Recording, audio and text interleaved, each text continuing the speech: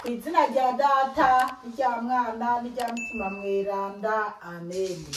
Bene wacu dusangiye urugendo rugenda mu ijuru, ndabaramukije mu izina rya Yezu Kristu, nitugire Kristu. Turazirikana ijambo ry'Imana dusanga muri Bibiliya mu Njiri ya Luka ku kigabane cyaho cy'umunani kuva ku karongo ka 5 gushika ku karongo k'umunani. Ijambo ry'umutwe riravuga ngo umugani w'umubivyi. Umubivyi yagiye kubiba imbuto yiwe, hanyuma ariko arabiba intete zimwe zigwa iruhande y'inzira, barazihonyanga, inyoni zo mu kirere nazo zirazinobagura. Izindi zigwa ku rutare, hanyuma zimaze kumera zica ziruma kubera ko zibuze akabobera. Izindi zigwa hagati mu mahwa, birakurana, nyamahwa arahava arazizingamika. Izindi zigwa mu ivu rimeze neza, zirakura, zirarondoka, zigira ijana. Ahejeje kuvuga ivyo, ashira ijwi hejuru ati, ufise amatwi y'ukumva niyumve. Bene wacu muri Yezu Kristu, iri ni ijambo ry'Imana, dushimira Imana. Haleluya, amene, haleluya, haleluya, amene, amen. Abana b'Imana rero, bushize twariko turazirikana ingene abamama abakurikira Yezu, ingene abamama natwe twogira uruhara bwo kuvuga ubutumwa bwiza canke se bwo kumenyesha inkuru nziza. Rero twarangije twumva Yezu agira ababwire mu migani. Rero tugira twumve umugani yababwiye. Umugani w'umubivyi, ngo ni umugani w'umubivyi.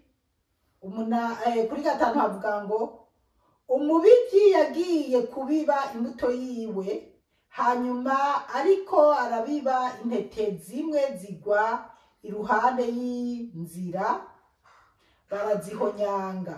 Umubivyi yaragiye kubiba imbuto yiwe. Bariko baratubwira uwo murimyi ingene yatwaye imbuto mu murima, ukuntu yatanguye abiba, ngo imbuto zimwe zigwa iruhande y'inzira, barazihonyanga. Ese nyene birumvikana ko mu nzira n'ahantu abantu baca. Kuba rero zarahonyanzwe birumvikana, kandi akenshi twama tubibona abantu b'abarimyi. Hari n'igihe uba wanateye mu murima impande y'inzira kandi wateye mu murima wawe, bwa abantu bakigenza, ugasanga abantu nyene haca abantu benshi kumbure, ugasanga no mu murima wawe impande y'iyo nzira ibiterwa wateye babihonyanze, byashe gukura. Yesu arabandanya kutubwira inyoni zo mu kirere nazo zirazinobagura.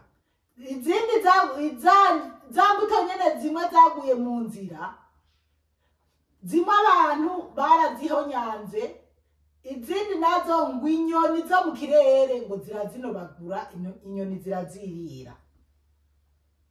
6, izindi zigwa ku rutare, ngo izindi zigwa ku rutare, hanyuma zimaze kumera zica ziruma kubera ko zibuze akabobera.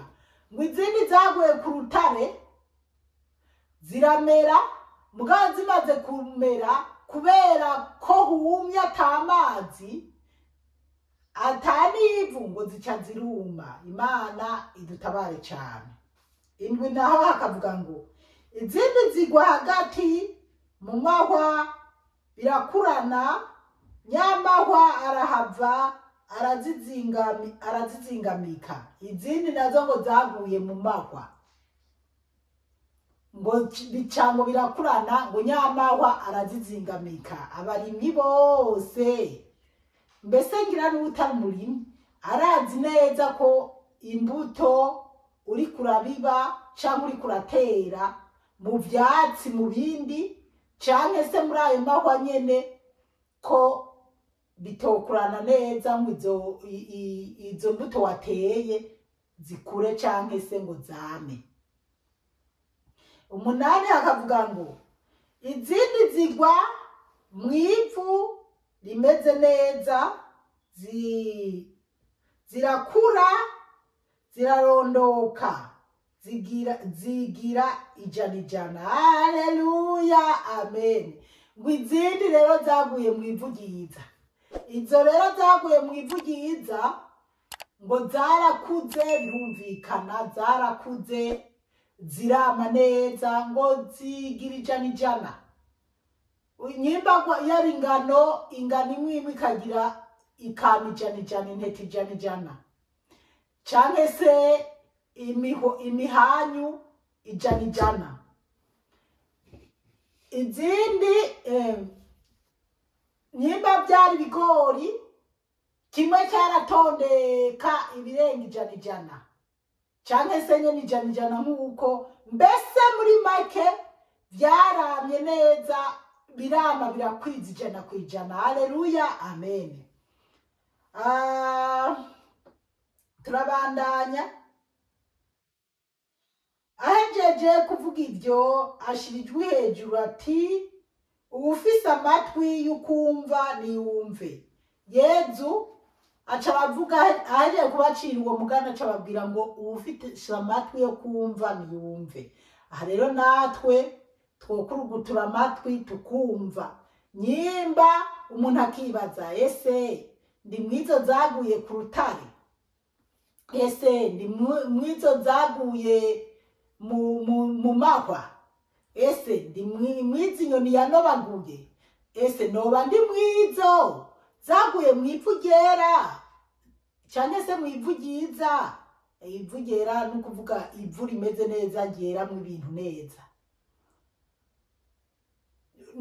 Noba ndi mwiryo mwabo bari canke mwizo mbuto zaguye mwivu ryiza.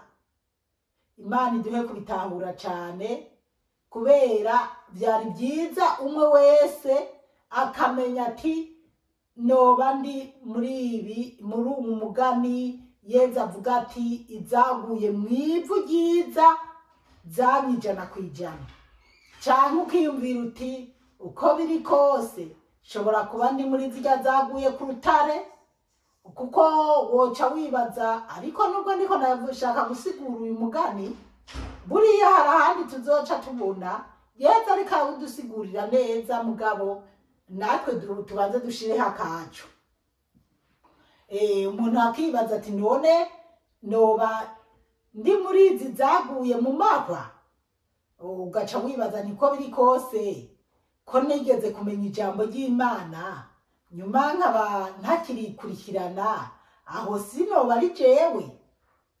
Ese ko nigeze kuba mpendahenda kuja muri korari kugira nze ndafashanya n'abandi kuririmba mu rusengero, ubwo se nkaba narabihevye nkaba narabivuyemo, sinoba ndi muri izo inyoni zanobaguye?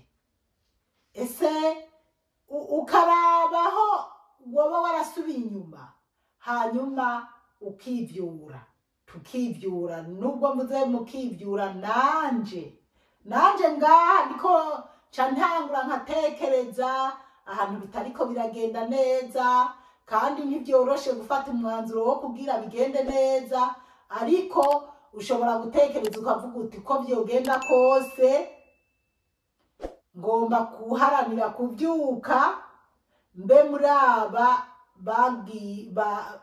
muri izi mbuto zagiye mwivu ryiza, ndabe nanje ko nokwerera imbuto nziza Yezu Kristo. Haleluya, amen.